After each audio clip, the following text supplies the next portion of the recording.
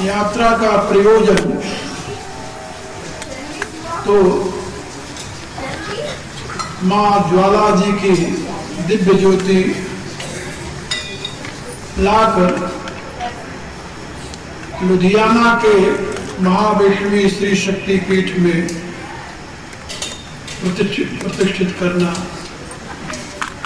है, किंतु साथ ही ये भी प्रयोजन है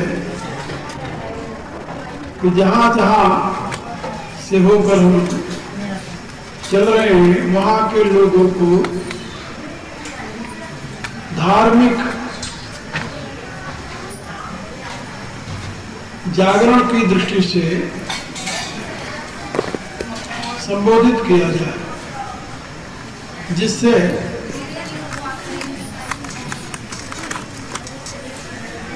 भारतीय जनजीवन से विदा होती हुई नैतिकता पुनः हमारे समाज में प्रतिष्ठित हो सके।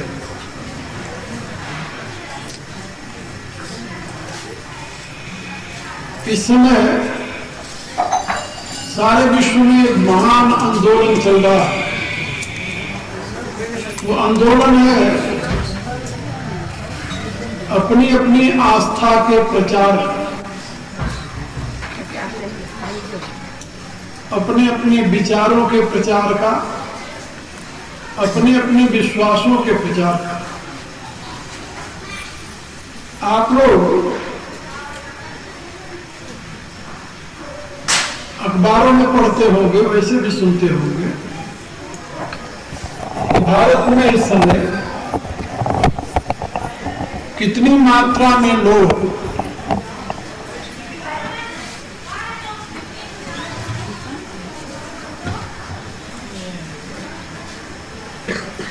अपने धर्म से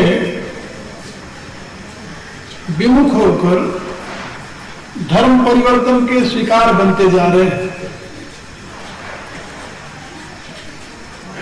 अधिकांश लोग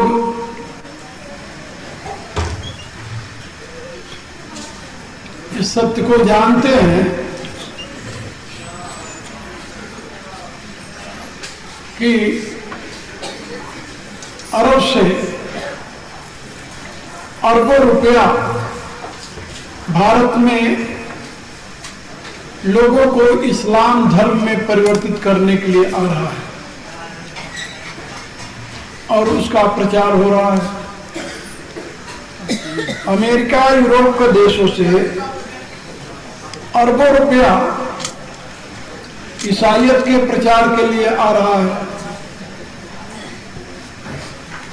और गांव-गांव, घर-घर घूम करके ईसाई और इस्लाम के अनुयायी भारत के गरीब और अशिक्षित लोगों को अपने धर्म में कन्वर्ट कर रहे हैं। ये धर्म परिवर्तन का जो मामला है, ये केवल धर्म तक सीमित नहीं है, ये राष्ट्र परिवर्तन की योजना का एक अंग है। आप लोग जानते हैं कि भारत ऐसे विशाल देश में आज जो कई प्रकार के आंदोलन चल रहे हैं वो धर्म के नाम पर ही चल रहे हैं और यहाँ पर जो प्रतिवर्ष सैकड़ों लोग हिंसा के शिकार होते हैं वो भी धर्म के नाते होते हैं। आप लोग ये भी जानते हैं कि जो हिंदू से क्रिश्चियन बन जाता है या मुसलमान बन जाता है, उसकी आस्था का केंद्र भारत नहीं होता, विदेश हो जाता है। और गीता में भगवान ने एक बात कही है, श्रद्धा में अयम पुरुष यह श्रद्धा स एव स, ये पुरुष श्रद्धामय है, जिसकी जैसी श्रद्धा है वह वही है, श्रद्धा के विपरीत वो कुछ नहीं है। शरीर से आप भले भारतीय हो, नागरिकता आपकी भले भारत की हो, लेकिन यदि आपकी श्रद्धा भारत में नहीं है तो आप यथार्थ भारतीय नहीं है, क्योंकि श्रद्धा ही आपके जीवन का आधार है। पुरुष श्रद्धा में, जब श्रद्धा उसकी यहां नहीं है तो वो यहां का कैसे हो सकता है, या यहां के हित की चिंता कैसे कर सकता है। देश के विघटन में कारण क्या रहा फिर? 1947 में हिंदुस्तान पाकिस्तान बनने में हेतु क्या था? श्रद्धा। एक वर्ग की श्रद्धा भारत में नहीं थी, उसकी श्रद्धा का केंद्र भारत नहीं था, इसलिए उसने कहा कि हम भारत में नहीं रहना चाहते, और उसने अपने योजना अनुसार जिस क्षेत्र को भारत से अलग किया उसका नाम पाकिस्तान रखा। हिंदुस्तान या भारतवर्ष नहीं रहने दिया, क्योंकि उन शब्दों के प्रति उसमें श्रद्धा नहीं थी। इसी प्रकार से आज भी भारत के पूर्वी क्षेत्र में अनेकों आंदोलन चल रहे हैं, मिजोरम का, नागालैंड का, मेघालय का, बोडो का। ये किसके आधार पर चल रहे हैं? ईसाईयत के आधार पर। वो भारत से अलग क्यों होना चाहते हैं? इसलिए कि भारत के प्रति उनकी श्रद्धा नहीं है। वो पहले भारतीय हैं, लेकिन उनका धर्म परिवर्तन हो गया, श्रद्धा बदल गई। तो ये धर्म परिवर्तन जो है, ये राष्ट्र परिवर्तन का एक अंग है, ये याद रखो आप। इसलिए मेरी ये राय है कि यदि धर्म रहेगा तो राष्ट्र रहेगा, धर्म बदल गया तो राष्ट्र नहीं रहेगा। जितनी मात्रा में भारत में हिंदू रहते हैं, इसकी आधी मात्रा में जिस दिन यहां पर ईसाई या मुसलमान हो गए, उस दिन ये भारत भारत नहीं रहेगा। ये बात याद रखना। यहां पर 85% हिंदू हैं भारत में इस समय, 85%, और 15% में दूसरे सब हैं। 85 का आधा आप समझ लें, यदि 42% भी यहां पर मुसलमान या ईसाई बन जाए तो ये भारत भारतवर्ष नहीं रहेगा और आप कुछ नहीं कर सकेंगे। ये बात याद रखिए। इसलिए धर्म परिवर्तन की योजना राष्ट्र परिवर्तन का एक अंग है, और ये छद्म भेष में सारा किया जा रहा है। और दुर्भाग्य यह है कि भारत की जो सरकार है वो इस सब बातों को समझ नहीं रही, जान नहीं रही, बल्कि जो धर्म के नाम पर जागृति का काम करते हैं उनको वो कम्युनल कहती है, और बल्कि उल्टी बात कहती है कि धर्म की दुहाई दी गई तो राष्ट्र खंडित हो जाएगा, जबकि धर्म राष्ट्र को विखंडित होने से बचाने का एकमात्र उपाय है। लेकिन समझाया किसे जाए? जब व्यक्ति समझेगा नहीं, समाज समझेगा नहीं, सरकार तो समझने वाली है नहीं, क्योंकि सरकार स्वार्थी लोगों की होती है। और इस समय भारत में डेमोक्रेसी है। डेमोक्रेसी का सिद्धांत ही कुछ और है, उसमें बुद्धि की महिमा नहीं है, सर की महिमा है, बल की महिमा नहीं है, हाथ की महिमा है। हाथ में कितनी ताकत है इसकी महिमा नहीं है, कितने हाथ उठने वाले हैं उसके पक्ष में, इसकी महिमा है।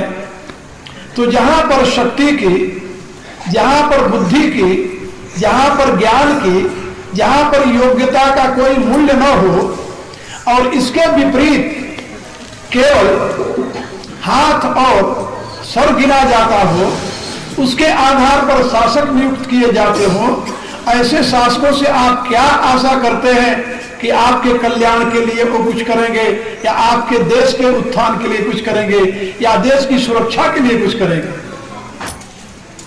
इसलिए मेरी राय है कि धार्मिक जागरण अति आवश्यक है। और हिंदू समाज के लिए, हिंदू समाज में धर्म की आस्था नहीं है ऐसा मैं नहीं कहता, आस्था है, लेकिन आस्था की दिशा गलत है। धर्म के नाम पर आज बड़े बड़े कार्यक्रम किए जाते हैं, कथा कहानियां, किस्से लोग सुनकर के तालियां मारते हैं, और पुरानी गाथाओं को सुनकर लोग अपने मन को बहला लेते हैं। धर्म की जो सही दिशा है, जीवन को जागृत करने का, जीवन के लिए सही मार्ग अपनाने का, वो काम नहीं हो रहा, उस दिशा में प्रयत्न नहीं हो रहे हैं। कि उसके लिए तो गंभीर अध्ययन और साधना चाहिए, इन दोनों का अभाव है। और आम जनता इस समय स्वतंत्रता के पश्चात एन केन प्रकारेण धन संग्रह में लगी हुई है। वो ये नहीं जानती कि यदि धर्म नहीं बचेगा तो धन भी नहीं रहेगा। उसे ये पता नहीं है कि धर्म नहीं रहेगा तो राष्ट्र नहीं रहेगा, देश नहीं रहेगा, धर्म नहीं रहेगा, शांति नहीं रहेगी, सुख नहीं मिलेगा, कुछ नहीं रहेगा। क्योंकि जहां जहां जितनी जितनी मात्रा में धर्म का लोप होता जा रहा है, उतनी मात्रा में आसुरी शक्तियां बढ़ती जा रही हैं। और आसुरी शक्तियां समाज में अशांति के सिवा और कुछ नहीं दे सकती, दुख के सिवा और कुछ नहीं दे सकेंगे आपको। इसलिए आप ईश्वर में आस्था रखते हैं, इतनी धार्मिकता नहीं है। धार्मिकता का कुछ और अर्थ है। प्राचीन ऋषियों ने मनुष्य के जीवन में शक्ति युक्त भक्ति और वैराग्य युक्त ज्ञान की प्रतिष्ठा की थी। जिस ज्ञान में विराग नहीं है, जिस भक्ति के साथ शक्ति नहीं है, वह ज्ञान और भक्ति दोनों निरर्थक है। ये बात याद रखना। शक्तिहीन भक्ति का कोई मूल्य नहीं है। आप भक्त तो हैं, भगवान में आस्था रखते हैं, शक्तिशाली नहीं है, तो आपके उस भक्ति का कोई मूल्य नहीं है। क्या आप इतिहास में पढ़े नहीं हैं कि नालंदा विश्वविद्यालय के 1 लाख लोग विद्वान, जिसमें कई 20-20 विषयों के आचार्य थे, और मुट्ठी भर आतताइयों ने उनको लाइन में खड़ा करके और पशुओं की तरह उनको काटा, और वो केवल हाथ में माला लिए बुद्धम शरणं गच्छामि जपते रह गए। भक्ति की रक्षा के लिए, भक्ति की प्रतिष्ठा के लिए शक्ति की आवश्यकता है। इसी रूप से ज्ञान का क्रियात्मक स्वरूप तब आएगा जब मनुष्य के जीवन में विराग होगा, अनासक्ति होगी। विराग पर भगवान ने गीता में अनासक्ति कहा है। आप विराग कह लीजिए, राग रहित जीवन कह लीजिए, अनासक्त कह लीजिए। तो ज्ञान की प्रतिष्ठा, ज्ञान को क्रियात्मक रूप देने के लिए वैराग की आवश्यकता है, और भक्ति को प्रतिष्ठित करने के लिए शक्ति की आवश्यकता है। आप देखिए, हम लोग भगवती की आराधना करते हुए ज्वाला जी से ये उनकी दिव्य ज्योति लेकर के चले हैं। लुधियाना में अष्टमी के दिन 3 विशाल भगवती के स्वरूपों की प्रतिष्ठा की है। मां भुवनेश्वरी, मां परमेश्वरी और मां वागेश्वरी की। एक ऐश्वर्य की देवी है, दूसरी शक्ति और तीसरी ज्ञान। ये ज्वाला जी की ज्योति भी इन तीनों का प्रतीक है। आप लोग भली भांति जानते हैं कि जब आपका टेम्परेचर लो हो जाता है तो आपसे उठा भी नहीं जाता। तो आपके शरीर में जो शक्ति है किसकी है? टेम्परेचर की है, हीट की है। और वो टेम्परेचर कहां से मिलेगा आपको? किसी ज्योति, प्रकाश, तेज। ज्योति ज्ञान का भी प्रतीक है, शक्ति का भी प्रतीक है और वैभव का भी प्रतीक है। इन तीनों का प्रतीक है।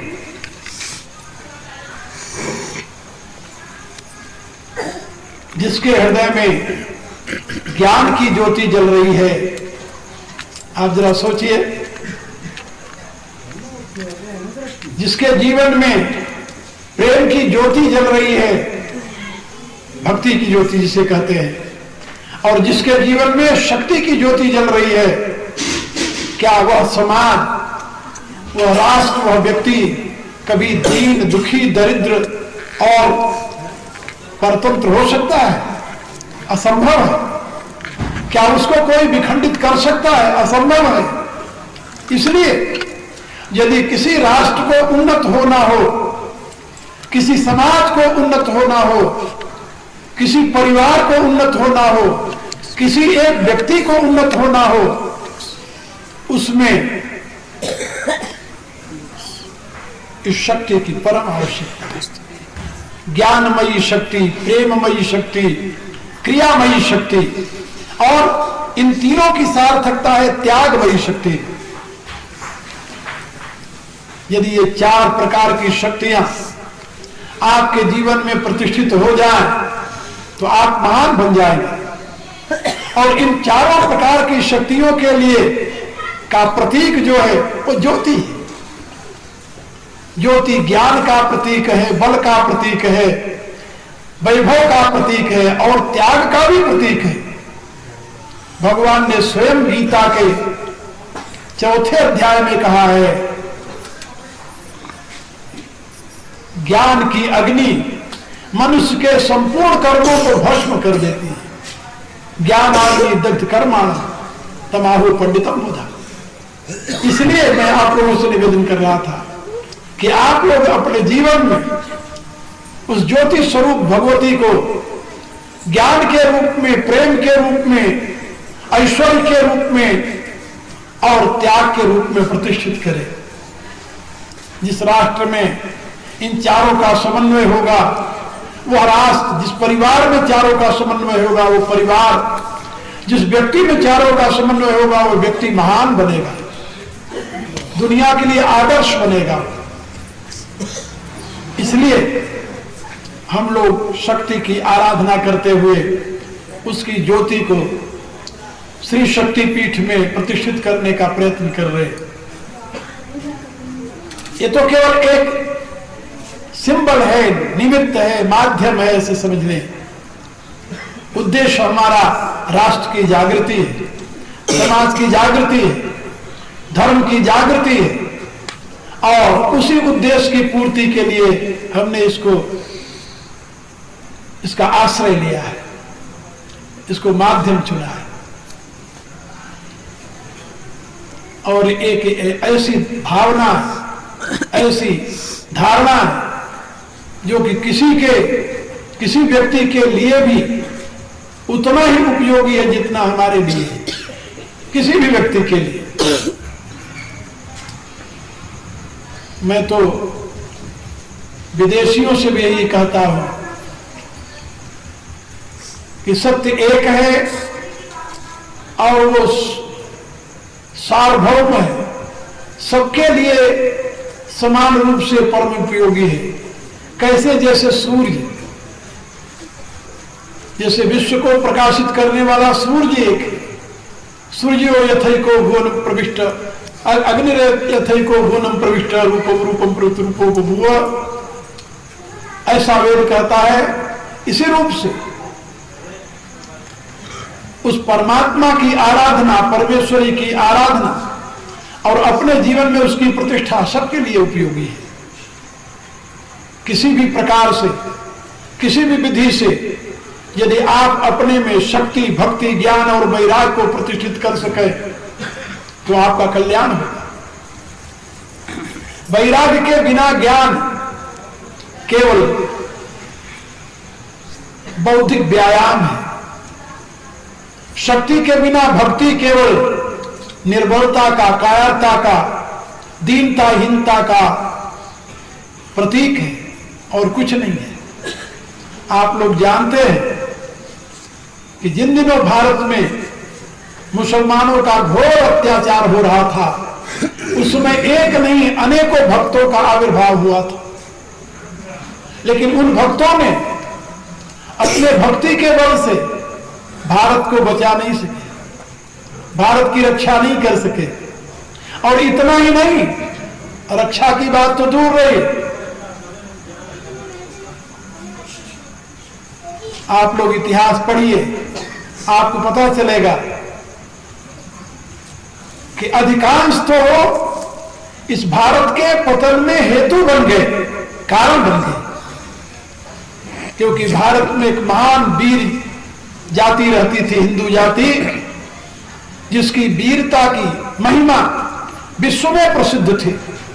हिंदू शब्द की व्याख्या करते हुए शास्त्रकार ने लिखा है, हिनस्ति तपसा पापान दैहिकान दुष्ट मानसान हेतु शत्रुवर्गाश्च स हिंदू विधीयते, जिसका अर्थ होता है कि जो अपने तप से शारीरिक और मानसिक पापों को नष्ट करता है और जो अपने शस्त्र से शत्रुओं को समाप्त कर देता है, उसे हिंदू कहते हैं। हिंदू शब्द की ये व्याख्या है प्राचीन ग्रंथों में। फिर से समझ लो, हिनस्ति तपसा पापा दैहिकान दुष्ट मानसा, शरीर से किए हुए और दूषित मन से किए हुए संपूर्ण पापों को जो लोग अपने तप से नष्ट करते हैं, और हेत भी शत्रु वर्गां से, हेत कहते हैं शस्त्र को, और शस्त्र को शस्त्रों के द्वारा जो अपने शत्रुओं को नष्ट कर देते हैं, स हिंदू अभिधीयते, उसे हिंदू कहा जाता है। यह हिंदू शब्द की व्याख्या थी प्राचीन काल में। इतना शक्तिशाली था ये देश और इसके निवासी, लेकिन दुर्भाग्य उसका देखिए, इस शक्तिशाली समाज को, राष्ट्र को, जाति को निर्बल किसने बनाया? कहां से इसमें कायरता आ गई? शुरू में जब मैं यहां भारत के इतिहास का अध्ययन करता था, मैं सोचता था कि भाई ये बात समझ से परे की बात है। भारत की आबादी 40 करोड़ थी जब यहां पर अंग्रेज शासन करते थे, और इंग्लैंड की आबादी 3 करोड़ थी, और 3 करोड़ की आबादी वाला देश 40 करोड़ की आबादी के ऊपर 6,500 मील दूर से आकर शासन करे, तो 40 करोड़ आदमी रहते हैं या भेड़ बकरियां या पशु रहते हैं, क्या गिना जाएगा?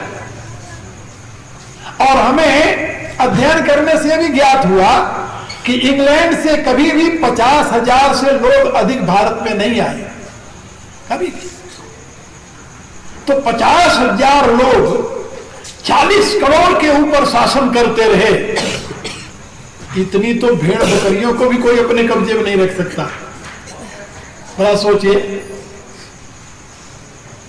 40,000 लोग या 40 करोड़ भेड़ों को अपने अधीन रख सकते हैं? असंभव है। लेकिन अंग्रेजों ने रखा। तो इस देश में कौन लोग रहते थे? मनुष्य रहते थे क्या? और उस समय क्या भक्ति का कम प्रचार था? आप लोगों को यह भी जानकर आश्चर्य होगा, ये अरब देश है ना, अरब देश, इस समय वहां की आबादी 10 करोड़ है, पूरे अरब की। उसमें कई देश हैं, 10 देश हैं। 10 देशों को मिला करके 10 करोड़ की आबादी है, और वहां छोटा सा एक देश है, इतना बड़ा, आपके पंजाब का आधा भी नहीं होगा, जिसका नाम है, क्या नाम है जानते हो? इजराइल। और जिसमें कितने लोग रहते हैं जानते हो? केवल 22 लाख यहूदी, सारी आबादी वहां की 24 लाख की, जिसमें 2 लाख मुसलमान हैं और 22 लाख यहूदी रहते हैं। और उन 22 लाख लोगों ने 10 करोड़ की आबादी वाले मुसलमानों के नाक में नकेल डाल रखे हैं, जिधर चाहते हैं उधर घुमाते हैं और ये उनका कुछ नहीं बिगाड़ पा रहे। और वही मुट्ठी भर अरब के लोग आकर के भारत पर आक्रमण करते हुए से सदियों तक लूटते रहे। यहां आखिर आदमी बसते थे या पशु रहते थे? और ये सब कैसे सह लिया लोगों ने, कैसे हो गया? क्या यहाँ के लोगों में कोई जान नहीं थी, शक्ति नहीं थी, आत्मबल नहीं था या स्वाभिमान नहीं था? और ये सब नहीं था, क्यों नहीं था? आखिर किसने इनको कायर बना दिया? जिस देश के चाणक्य और चंद्रगुप्त ने अपने राष्ट्र की सीमा यूनान के साथ जोड़ी हो, आप लोगों ने पढ़ा होगा ना, इतिहास में सुना होगा कि सेलूकस और चंद्रगुप्त दोनों की राज्य की सीमाएं बॉर्डर मानी जाती थी। और उसमें भी सेलूकस ने 5 प्रांत अपनी लड़की एलन को दे करके 5 प्रांत दहेज में दे दिए थे संधि करने के लिए। तो जिस देश में चाणक्य और चंद्रगुप्त ऐसे रहे हो, जिस देश में पतंजलि और पुष्पमित्र ऐसे रहे हो, जिस देश में आप सोचिए विक्रमादित्य चंद्रगुप्त, स्कंदगुप्त, समुद्रगुप्त ऐसे महा प्रतापी राजा रहे हो गुप्त वंश के, जिस देश का वैभव सारी दुनिया में अपना प्रकाश फैलाता रहा है, और उस महान देश को आखिर कायर किसने बनाया? वो शक्तिशाली लोगों की औलादें क्यों कायर हो गई, क्यों निकम्मी हो गई, क्यों उनमें इतनी शक्ति नहीं रही कि वो मुट्ठी भर विदेशियों के आक्रांताओं को अपने कब्जे में करते? एक दिन मैं इतिहास पढ़ रहा था, उसमें जब मैंने पढ़ा कि बाबर को उसके देश से अत्याचार के नाते निकाल दिया गया, तो शरण लेने के लिए वो आकर के भारत के कोने में अपने 100 घुड़सवारों के साथ ठहरा। जैसे आजकल दलाई लामा शरण लिए हैं भारत में, ऐसे बाबर शरण लेने के लिए भारत में आया था, अपने देश से निकाला गया था और 100 उसके साथी थे घुड़सवार, केवल ये उसकी पूंजी थी। और उस बाबर ने इसी देश के लोगों को अपना सिपाही बना करके फौज तैयार की और यही के राजाओं से युद्ध करके उसने अपने साम्राज्य की प्रतिष्ठा की और उसका साम्राज्य 400 वर्ष तक चलता रहा लगातार। सोचिए 300 वर्ष तक। और इस देश के लोग आखिर क्या हो गया था लोगों को, मेरे समझ में नहीं आता कभी कभी। और ये सब क्यों हुआ जानते हो? ये सब हुआ धर्म की विकृत व्याख्या के नाते। अहिंसा परमो धर्म, अहिंसा परमो व्रत। इतना ही नहीं, जिस देश के बच्चों को ये समझाया जाता हो कि बाहर निकलोगे तुम्हें हाउ काट लेगा, जो बच्चा बच्चेपन से हाउ से डरने लगे, वो जवान होकर के क्या शत्रु से युद्ध करेगा क्या? भला सोचिए। और ये सब क्यों हुआ जानते हो? जिस जाति की नारियां निर्बल होती हैं, उस जाति की संतानें कभी बलवान नहीं हो सकती। और नारियों के निर्बलता का मूल कारण क्या था? अज्ञानता, अनपढ़ता। और उनको अनपढ़ और अज्ञानी कौन बनाया था? हमारे बड़े बड़े धर्माचार्य, जिन्होंने घोषणा की कि स्त्रियों को तो पढ़ने का ही अधिकार नहीं है, ये तो शास्त्र नहीं पढ़ सकती, कुछ नहीं पढ़ सकती, ये पढ़ने के लिए, ये तो घर की शोभा बढ़ाने के लिए है। भला सोचिए, जिस देश की नारियां अशिक्षित होंगी, अशिक्षित होंगी तो कायर होंगी, कायर होंगी तो उनमें दीनता, हीनता आएगी, वो अपने संतानों को बहादुर कहां से बना सकती हैं? उनमें वो तेज, वो शौर्य कहां से भर सकती हैं? क्या आप समझते हैं कि उनमें से कोई शकुंतला पैदा होगी क्या? शकुंतला बनी जब कणु ऋषि के आश्रम में रही थी तब, जिसने भरत ऐसे महावीर को जन्म दिया, जो भरत शेर के बच्चों से खेलता रहा और मां उसको धनुष बाण विद्या सिखाती रही। सोचिए, आखिर वही देश है जिस देश में शकुंतला ऐसी देवी हुई है जो अपने बच्चे को अपने द्वारा धनुष बाण विद्या सिखाकर इतना योग्य बना दिया था कि उस बालक भरत को देख करके दुष्यंत भी आश्चर्यचकित रह गया कि इतना कुशल तीरंदाजी करने वाला एक कौन बालक है। सोचिए जरा, तो जिस देश में शकुंतला ऐसी देवियां पैदा हुई हो, जिन्होंने भरत ऐसे पुत्र को पैदा किया हो जो बच्चेपन से शेरों से खेलता हो, लड़ता हो, शेरों के झोटे को पकड़ करके, बाल को पकड़ करके उनको अपने अधीन करता हो, उस देश में ऐसे कायर लोग कहां से पैदा हो गए, क्यों पैदा हो गए? फिर वही बात मैं आप लोगों को बताऊंगा कि यह श्रद्धा स एव स, मनुष्य की श्रद्धा जैसी बना दी जाए वैसे उसका जीवन बन जाता है। उसे आप चाहे कायर बना दे चाहे वीर बना दे, धर्म की गलत मान्यता दे करके उसे कायर बना सकते हैं और धर्म की सही मान्यता देकर उसे वीर बना सकते हैं। आप धर्म की दुहाई देकर के आप उसे निकम्मा बना सकते हैं। अरे जो करेगा भगवान करेगा, तुम क्यों मर रहे हो? वो सोचता है सब भगवान ही करेगा तो हम क्यों मर। गजनी का महमूद जब भारत को लूटने आया, सोमनाथ की तरफ जब आगे बढ़ा तो वहां भीम सिंह थे महाराजा। उन्होंने कहा गुरुदेव, गजनी से महमूद इधर ही आ रहा सेना लेकर के। गुरुदेव ने कहा राजन तुम क्यों चिंता करते हो, भगवान शंकर त्रिशूल लेकर निकलेंगे, सारी सेना मार डालेंगे। तुम्हें भगवान शंकर पर विश्वास नहीं? कहा विश्वास है। कहा तुम बैठे रहो शांत होकर के। और परिणाम जानते हो क्या हुआ?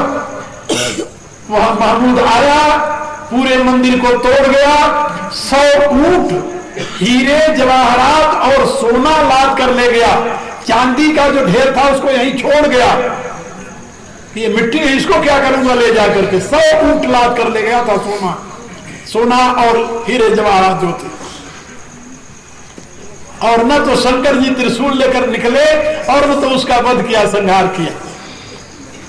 तो धर्म का नाम अंधविश्वास नहीं है, क्या समझे? धर्म का नाम अंधविश्वास नहीं है। अंधविश्वास धर्म का आधार नहीं बन सकता। धर्म का आधार है विवेक, धर्म का आधार है विशुद्ध बुद्धि, धर्म का आधार है आत्मबल, धर्म का आधार है आत्मगौरव। धर्म की सीख लेनी हो तो गीता से लीजिए। लेकिन कभी कभी आश्चर्य होता है कि वेद ऐसे, उपनिषद ऐसे, गीता ऐसे, रामायण ऐसे ग्रंथ के होते हुए भी ये भारत की जनता कायर कैसे बन गई, दीनहीन कैसे बन गई, मुट्ठी भर विदेशियों के पराधीन कैसे हो गई? ये सबसे महान आश्चर्य की बात है। दुनिया के लोग कहते हैं इस संसार में 7 वंडर हैं, और मैं कहता हूं सबसे बड़ा वंडर तो ये है कि भारत की हिंदू जाति कायर बन गई, मुट्ठी भर विदेशियों के अधीन रही और आज भी उसी रास्ते पर चलने के लिए तैयार है।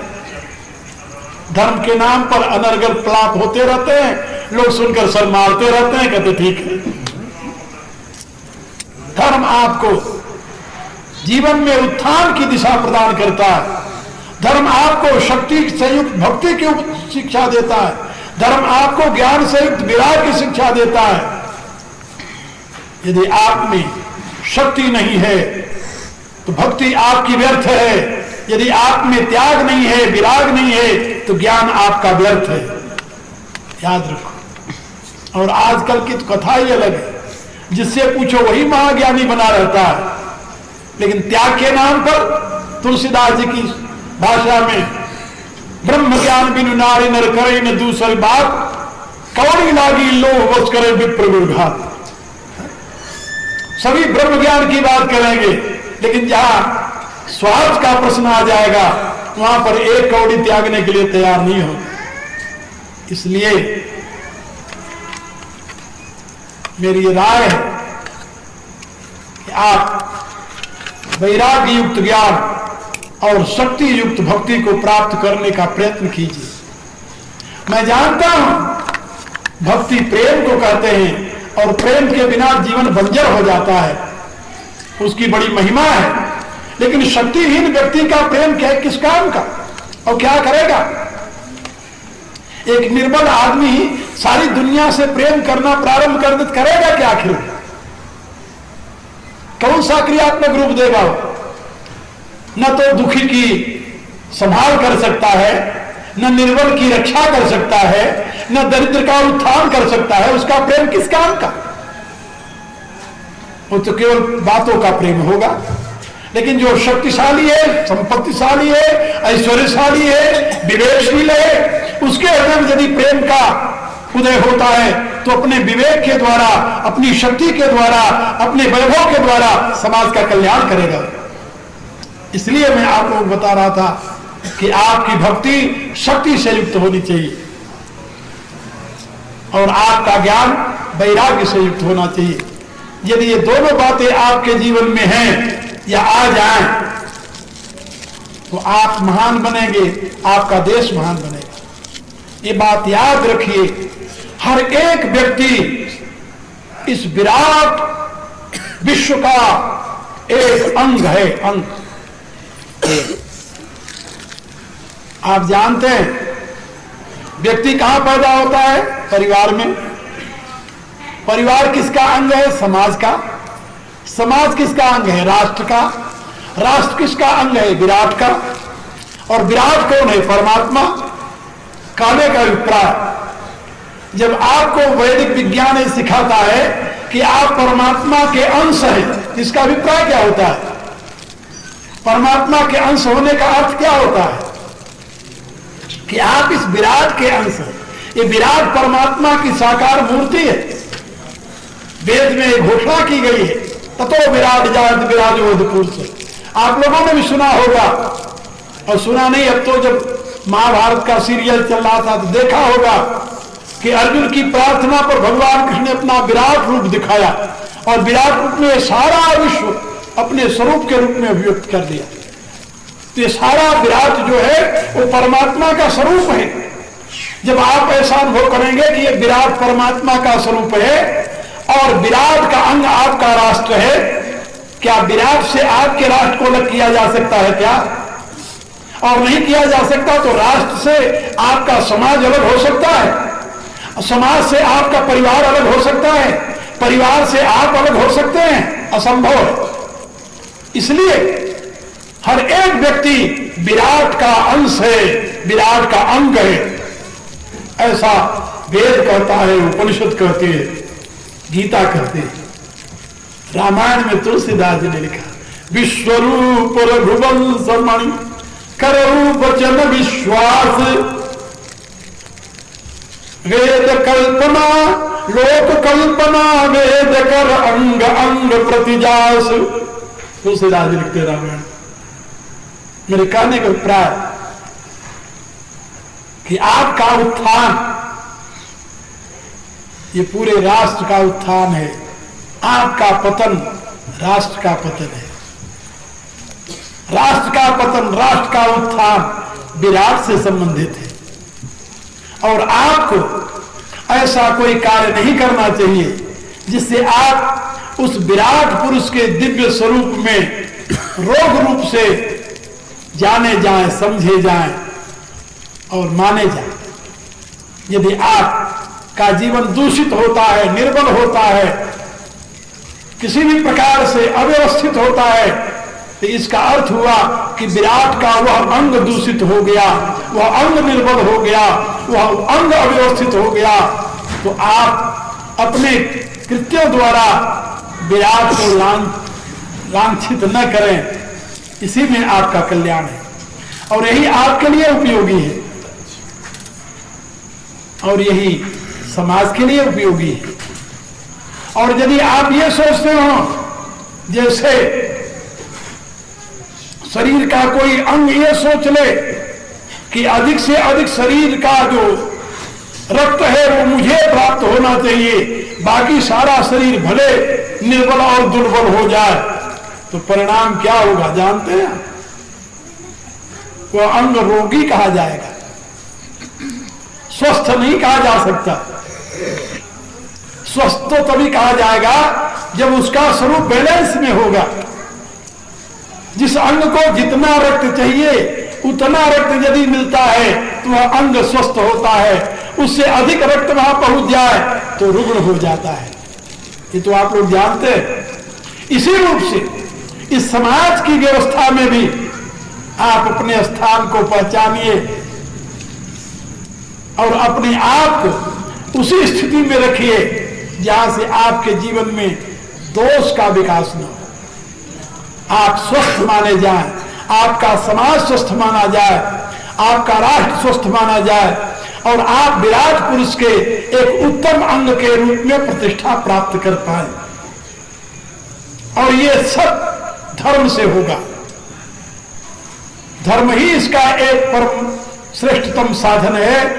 दुर्भाग्य से वर्तमान के हमारे राजनेता आप लोगों को यही सिखा रहे हैं कि तुम धर्म निरपेक्ष हो जाओ तो तुम्हारा उत्थान हो जाएगा।